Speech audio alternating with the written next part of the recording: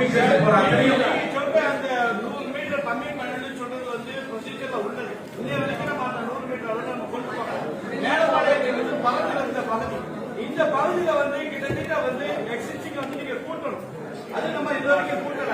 நீங்க இப்பதான் 250 மீட்டர்ஸ் நாங்க கொண்டு போறோம்னு சொல்றீங்க. அதை இப்ப செய்து இன்னும் டேக் டைம் எடுக்கும். ஓகேங்களா? ரெண்டாவது எங்களுக்கு கொடுத்துருக்க மேலப்பாளையத்துல கொடுத்துருக்கக்கூடிய குறிச்சி இல்ல சார், குறிச்சி லெவல்ல கொடுத்துருக்கக்கூடிய லிஃப்டிங் செஷன் இஸ் ஃபால். நான் சொல்றேன் சார், ஒரு மேலப்பாளையத்துல சார் குறிச்சி லெவல்ல சார் குறிச்சி லெவல்ல கொடுத்துருக்கக்கூடிய lifting session fall. It is state confirm.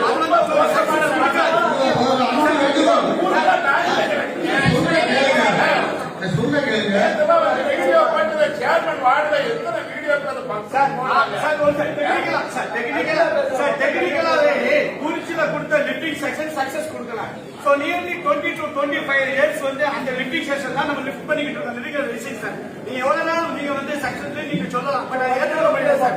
இப்போ நீங்க இமிடியேட்டா நீங்க போர்க்கால அடிப்படையில 15 CMC பயன்படுத்தி உடனடியாக நீங்க நிதியை ஒதுக்கிட்டு ஒண்ணு செய்யணும் சார். இதுல இன்னொரு விஷயம் என்னன்னா, மேலப்பாளையத்துல கிட்டத்தட்ட 66 to 80 தெருக்கள் இருக்கு.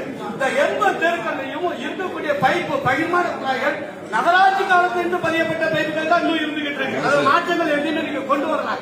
இந்த நிமிஷம் வரைக்கும் அதை மாத்தலாம். இப்ப சேர்மன் வார்டு எடுத்துக்கிட்டா 47 வார்டு எல்லா வார்டுகளையும் பழைய பைப்புகள் பதிக்கப்பட்டிருக்கு. ஒரு தெரு வந்து நியர்லி 400 to 450 மீட்டர் கொண்டாடுவது தான் மேலப்பாளையத்தில் ஒரு தெரு. ஒரு தெருல நீங்க ஒரு பைப்பை மாத்தணும்னா உங்களுடைய எஸ்டிமேட் வந்து 12 லட்சம் ரூபாய் ஆகும்.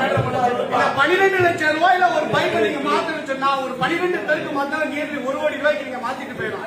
இதே நீங்க 15 CS ஈஸியா மாத்திட்டு போயிடும். நீங்க கொடுக்கக்கூடிய டெப்த்துடைய டயாமீட்டர் வந்து ஒன்லி 1 மீட்டர் தான் மேடம். 1 மீட்டர் டயாமீட்டர் டெப்த் தான் அது இருக்கு. அந்த பைப்பை கட் பண்ணி பாருங்க, சில பைப்பெல்லாம் நொறுக்கி போயிடும். அந்த மணலி தான் உள்ள தண்ணியிலிருந்து வெளியே வருது. அந்த மணலி தான் ஃபியூச்சர்ல வந்து அது கலக்கல் நீரா வருது. அதுதான் மஞ்சள் காமலைக்கு காரணமா இருக்கு சார். நீங்க நல்லா யோசிச்சு பாருங்க, இந்த மாநகராட்சியில எந்த மண்டலத்தையும் இல்லாத ஒரு மஞ்சள் காமலை வந்து மேலப்பாளையத்துல மட்டும் ஏன் சார் இருக்கு? இது ஏதாவது ஆய்வு பண்ணீங்களா? இதாவது சர்ச் பண்ணீங்களா? அதிகாரிகள் எந்த மண்டலத்திலுமே கிடையாது சார்.